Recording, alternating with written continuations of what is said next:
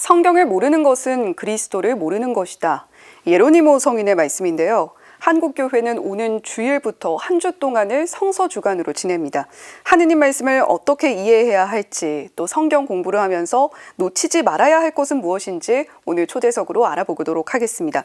오랜 기간 성서 사도직에 헌신해온 영원한 도움의 성모수도회 손상희 베드로 수녀님과 함께 이야기 나눠보겠습니다. 수녀님 어서 오세요. 안녕하세요. 반갑습니다. 베드로 수녀입니다. 예, 이 성경은 하느님 말씀이다라고 이야기를 합니다. 거창하고 좀 무겁게 느껴지기도 하는데요. 어떻게 성경을 받아들이고 이해하는 게 좋을까요?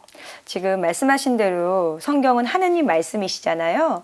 그러니까 인간의 언어로 말씀하시지만 인간의 책이나 인간의 생각은 아닌 거예요. 예. 그런데 저희가 성경을 읽기까지 노력들은 하시는데 마치 그 성경을 일반 소설이나 또 대중적인 어떤 역사서처럼 인간의 생각으로 인간의 기준에 따라서 인간의 언어로 쓰여졌다고 생각을 하시는 거예요. 그래서 성경처럼 한 번에 이해가 되지 않고 무슨 의미인지 알 수 없으면 쉽게 포기를 하시는데 분명히 하느님의 생각과 하느님의 시선으로 모든 말씀을 하시고 계시기 때문에 저희가 그 모든 말씀을 이해하는 데까지는 시간이 필요하고 또 무엇보다 저희의 생각과 저희의 시선이 하느님께로 가 있지 않는다면 성경 말씀은 이해하기가 어렵습니다. 그래서 여러분들이 말씀을 읽기 이전에 내 생각과 내 시선이 아닌 하느님의 생각, 하느님의 시선으로 말씀을 읽기 시작하신다면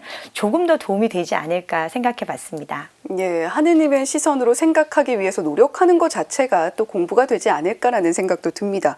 성경을 또 말씀해 주시긴 했습니다만 그냥 읽으면 되는 것이지 굳이 공부까지 해야 되느냐라고 반문하시는 분들도 계실 것 같은데요. 어떤 말씀을 좀 전해주고 싶으신가요? 굉장히 많으시죠. 그런데 이제 특히 한국 사회에서 공부 그러면 가지고 있는 트라우마가 있잖아요.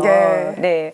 물론 어렵고 힘들다도 있지만 그 이면에 많은 분들이 가지고 계신 선입견은 노력해도 안 된다예요.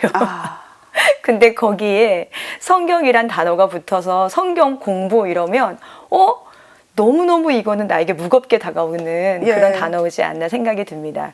그런데 요즘 제가 청년들 만나는 사목을 하고 있거든요. 근데 이제 그 친구들하고 SNS를 통해 소통을 되게 많이 하는데 저는 그 친구들이 보내는 여러 가지 그 글들을 읽을 수 있지만 이해하지 못하는 게 되게 많아요. 그 친구들의 이야기, 그 글을 보면서 이게 분명히 한글이고 제가 읽을 수 있는데 무슨 뜻인지 어렴풋하게만 알지 정확한 뜻을 모르겠는 거예요. 근데 저는 이제 그럴 때마다 용기 있게 물어보거든요. 이거 무슨 뜻이야? 미안해. 이거 뭐라고 얘기하는 거야? 이렇게 물어봐요. 근데 그 친구들이 이래서 이래요 라고 말을 해주거든요. 그게 단순히 글로써 읽었을 때 대충 이런 뜻일 것이다 라고 그냥 알아듣는 것과 그 친구들하고 제가 얘기를 나누면서 무슨 뜻인지 정확하게 알고 그 문자를 읽었을 때 단순한 문자가 아니라 그 친구들의 상황과 마음까지도 저희가 다 알게 되는 거거든요. 성경 공부는 학위를 따기 위한 것도 아니고 어떤 과정을 이수하는 데 목적이 있는 것도 아니잖아요. 결론적으로 모든 분들이 하느님을 알기 위해서 하는 것이라면 그 하느님의 언어, 하느님의 사고방식, 그 시대의 문화, 시대적인 배경을 알게 될 때 어떻게 보면 저희가 하느님께로 한 걸음 더 나아가게 되고 그분과 저희가 마음을 나누며 일치를 이룰 수 있는 순간이 되기 위한 공부라는 것을 기억하시고 하신다면 그 무거움이 좀 가라앉지 않을까요? 네, 결국에 공부라고 생각을 한다면 굉장히 무겁게 들립니다만 하느님과의 소통을 위해서 우리가 제대로 이해하고 이왕 읽는 거 더욱더 꼼꼼하게 알면 좋겠다라는 이야기 해주신 것 같습니다.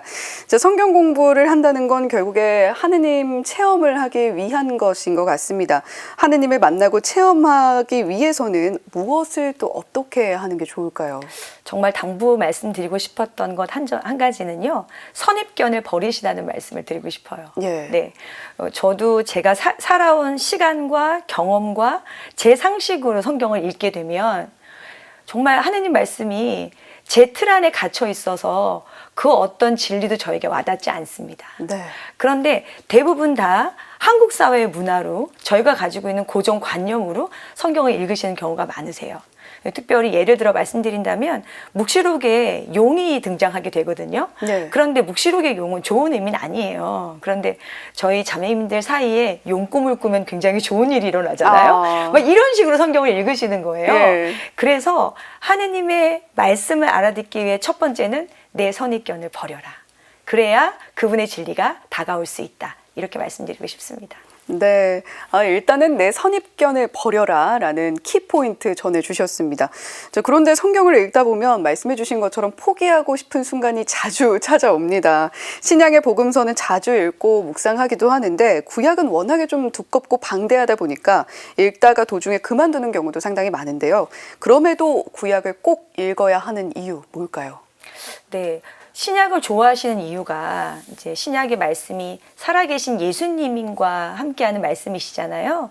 그런데 그 신약 성경의 사실 핵심은 예수님의 죽음과 부활이거든요. 네. 물론 예수님의 죽음과 부활은 복음서만으로도 충분히 이해하실 수 있고 깨달음을 얻으실 수 있습니다. 그러나 예수님의 죽음과 부활이 더 폭넓게 이해되기 위해서는 탈출기가 반드시 배경으로 등장을 해야 합니다. 그래야 그 죽음과 부활의 의미가 얼마나 큰지를 알 수 있어요.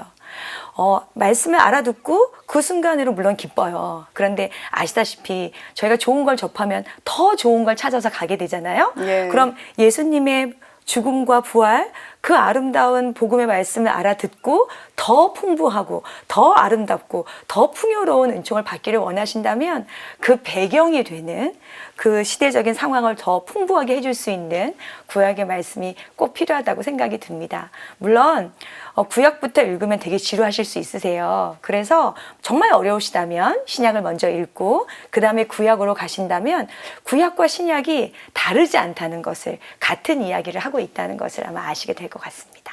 네, 오늘 성경 공부를 하는 모범생의 오답노트를 저희가 들여다보는 것 같은 느낌이 듭니다. 오늘의 체크 포인트들 하나하나 좀 숙지하셨으면 좋겠다라는 생각이 들고요. 자, 이렇게 성경 읽기를 생활화하고 또 일상의 삶에서 하느님 말씀을 실천하기 위해서는 어떻게 하는 게 필요할지 끝으로 한 말씀 전해주시죠.